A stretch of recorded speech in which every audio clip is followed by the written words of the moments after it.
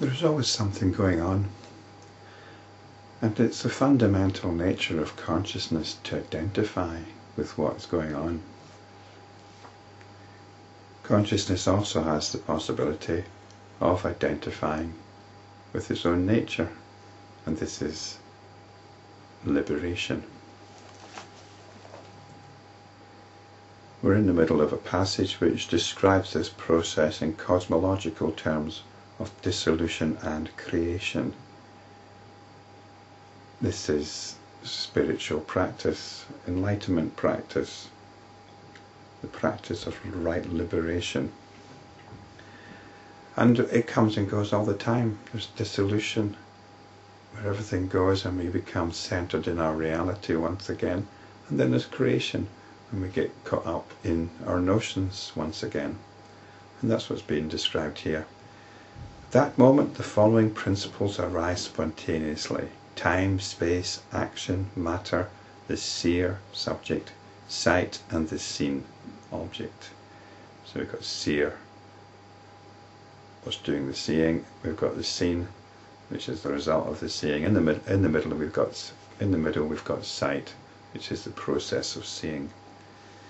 However, the forces that restrain or obstruct these do not arise. So we've got time and space. These are the parameters of our senses.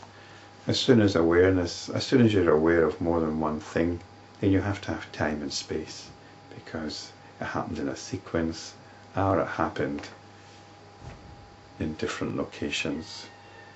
To be able to differentiate two things, they have to be separate in time and space.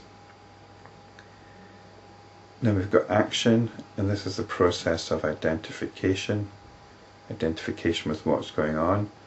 And then we've got matter. This gives rise to notions of matter, of something solid and external.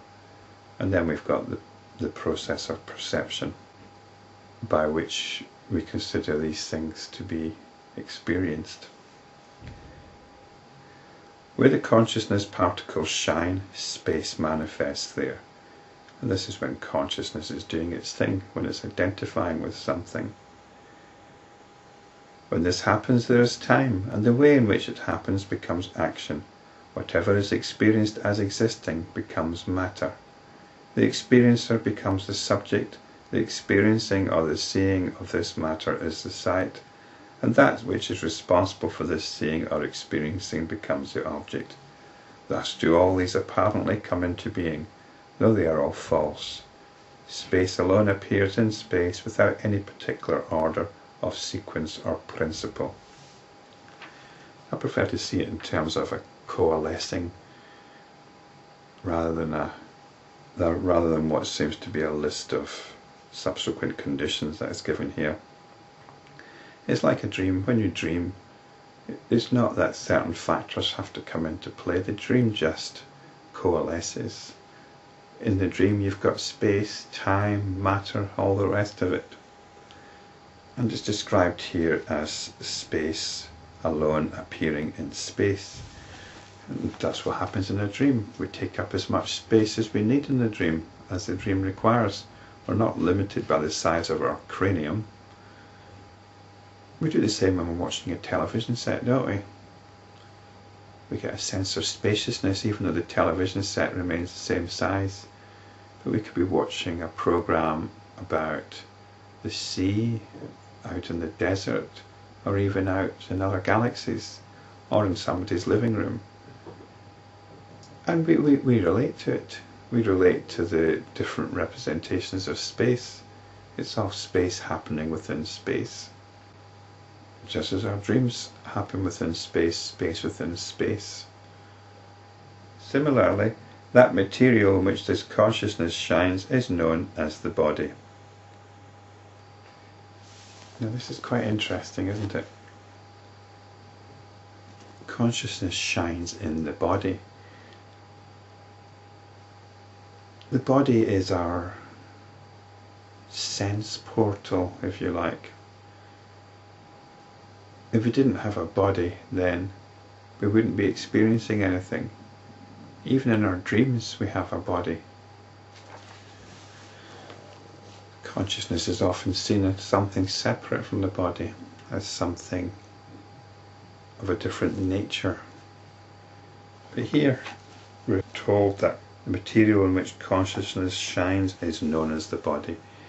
It's that by which we become aware of everything, the body. We can see the body as a coalescence of consciousness. That by which it sees is known as the eye, even so with regard to the other senses, etc. That state in which this consciousness shines without name and form is known as the tanmatra, pure element, which is of the nature of space or void alone. Tanmatra just means there's only that. It's independent of all our cognitive process by which we get ideas about things.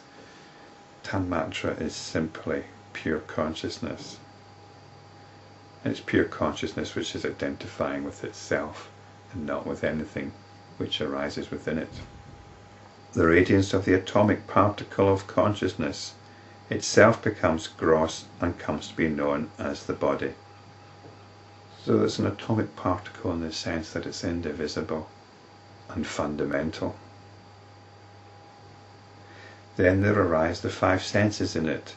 That which is aware of all this is known as buddhi, or intelligence. This is also sometimes called the discriminating factor. It's what differentiates one thing from another. With thinking arises mind, in which the ego sense is rooted. So this is a way of understanding how it all comes to be. Maybe it's useful and maybe it's not.